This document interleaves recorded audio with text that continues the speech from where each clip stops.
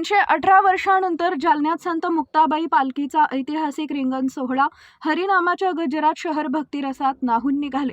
मुक्ताईच्या चरणी मनोज जरांगे पाटील, बळीराजाच्या सुख समृद्धीसाठी साकडे। ऐतिहासिक रिंगण सोहळ्यात मनोज जरांगे पाटील यांची उपस्थिती, शेतकऱ्यांच्या समृद्धीसाठी प्रार्थना। आज दिनांक 5 रोजी रविवारी सकाळी 10 वाजता मिळालेल्या माहितीनुसार जालना शहराच्या धार्मिक आणि सांस्कृतिक इतिहासात सुवर्णाक्षरांनी नोंद होईल असा श्री संत मुक्ताबाई पालखीचा ऐतिहासिक रिंगण सोहळा रविवारी अत्यंत भक्तिमय वातावरणात संपन्न झाला। तब्बल 318 वर्षांनंतर प्रथमच जालन्यात JES महाविद्यालयाच्या मैदानावर हा रिंगण सोहळा पार पडल्यानं हजारो वारकरी, भाविक आणि नागरिकांनी मोठ्या उत्साहाने सहभाग नोंदवला। जालना शहरातील JES महाविद्यालयाच्या मैदानावर जिल्हा प्रशासनाच्या वतीने प्रथमच या ऐतिहासिक सोहळ्याचे आयोजन करण्यात आले होते।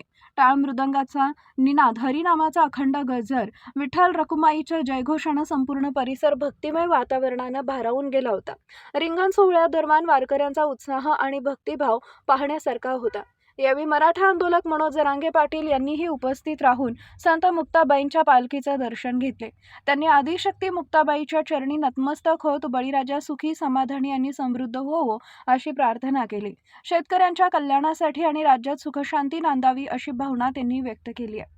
पालखीचं आगमन होताच भाविकांनी फुलांची उधळण करत आणि जयघोष करत स्वागत केले।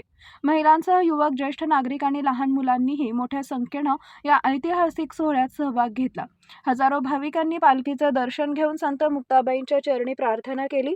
जालना जिल्ह्यात प्रथमच पार पडलेल्या या ऐतिहासिक रिंगण सोहळ्यामुळे संपूर्ण शहर भक्तिमय वातावरणात न्हाऊन निघालं असून वारकरी संप्रदायासाठी हा दिवस अविस्मरणीय ठरला।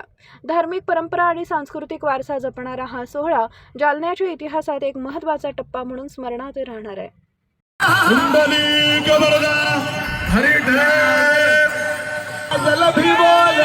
श्री मुक्ताई आपण सुद्धा सभानवर सांगायचे असेल, पुंडलिक हरी विठ्ठल श्री नारायण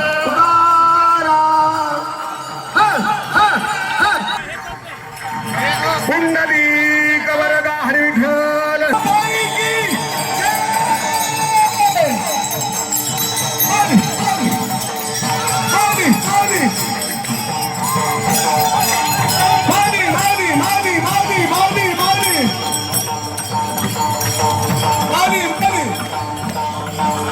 बळीराजा, शेतकरी सुखी समृद्धी होऊ द्या हे साकडं आईच्या चरणी, संत मुक्ताबाईंच्या चरणी साकडं घातले। कारण ती आता खूप गरजेचं आहे। शेतकरी पावसाची खूप वाट बघतो। खूप जालना जिल्ह्याचं भाग्य म्हणावं लागेल की आपल्याला संत मुक्ताबाईंच्या पालखीच्या सोहळ्याचं रिंगण हे 300-325 वर्षानंतर पहिल्यांदा होत आहे।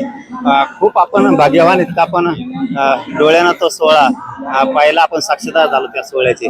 खूप सगळ्या वारकरी बांधवांना मनापासून शुभेच्छा, जमलेल्या सगळ्या भक्तांना पण खूप शुभेच्छा।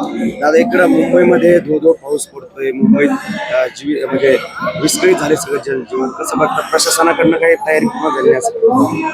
तिकडंच पाऊस पडतो, इकडं पडणार ना, इकडं जनजीवन विस्कळीत व्हायना, काहीच व्हायना। तिकडे डांबरीवर पडतोय, तिथं वावर नाही, फेवर नाही, काही नाही, ते डांबरीवर पडायला लगेच कमरा इतकं पाणी होत आहे। तिथं पाऊस आम्हाला पाहिजे, ग्रामीण महाराष्ट्राला पाऊस पाहिजे, सुख समृद्धी आमच्या शेतकऱ्यांना मिळाली पाहिजे। आता तिकडचं पाणी रोजच बघत होतं, त्यांच्या सुविधाच तरी काय करावं त्यांचं त्यांना कळत नाही। पाणी साचून देऊ नये का, त्यांच्यावर आम्हीच बोलायचं, आमच्या शेतकऱ्यावर आम्हीच बोलायचं। आमची फजी चालली मारण्याची इकडं, आम्हाला पावसाची लय गरज आहे। मी आता तेच म्हणलं का, आता काय सरकारनं जर लक्ष दिलं तर असं दुर्घटना होत नाही, त्याच्यात गोरगरिबांचा जीव जात नाही। श्रीमंताचा मॅन हॉल मध्ये किंवा कुठल्या झाड पडून श्रीमंताचा कधीच होत नाही। गरीब लोक लोकलने वागतायत, पायी चालतायत, गाडी रिक्षाने जात आहेत, बळी जातो आमच्या गरिबांचा। याची दक्षता घेण्याचं काम हे सरकारचं आहे। परंतु काय नाही, ते काय कोणी मेलं तरी त्याची किंमत त्यांनी ठरवलेली। माणूस मेला याची वेदना त्यांना नाही, त्यांनी एक किंमत ठरवलेली। शेतकऱ्यांना आत्महत्या केली की 1.5 लाख रुपये द्यायची, एक जीवाची त्यांनी किंमत केलेली। म्हणजे त्यांना भावना जर असत्या ना तर त्यांनी किंमत नसती ठरवली। कुटुंबातलं एखादा माणूस गेल्याच्या नंतर त्या कुटुंबाला कायमस्वरूपी नोकरी देऊन त्याचा उदरनिर्वाह होईल असं केलं असतं, परंतु त्यांनी किंमत ठरवलेली। म्हणजे लोकांनी समजून घेतलं पाहिजे, सरकारजवळ आपली किंमत शून्य आहे।